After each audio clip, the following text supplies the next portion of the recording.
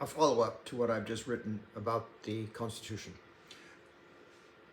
Someone has raised the point, and I think it needs a quick brood, because we're in a hurry, I think, at the moment. And the question it comes to mind is the No Kings movement. Now, the No Kings movement has drawn enormous support across the United States, and the fundamental objection is obvious. The objection, the constitutional, the American objection to autocratic rule, as is long associated, I think somewhat exaggeratedly, in the case of George III, the last American English king, that there are two objections. The objection was, first of all, we don't want an autocracy, and secondly, we don't want to be administered from London. We want home rule, in some sense, to use the Irish expression.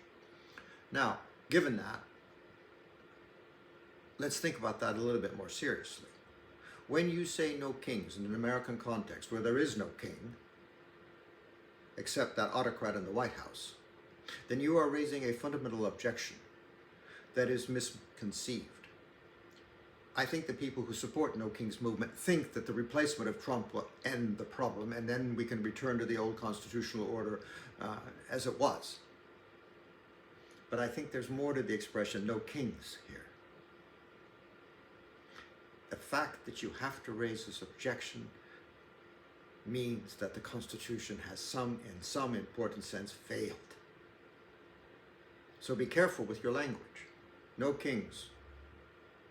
No 18th century Constitution which prevented a king from sitting in the White House. And therefore, what you're really redirecting us to is 1776 revisited. What we decided to do then as Americans, what we have done since, but far more important, what are we going to do now and tomorrow?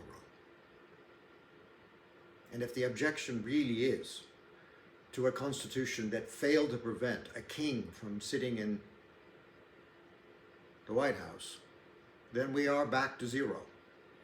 And it's time to consider all sorts of things that previously seemed unimaginable because unnecessary.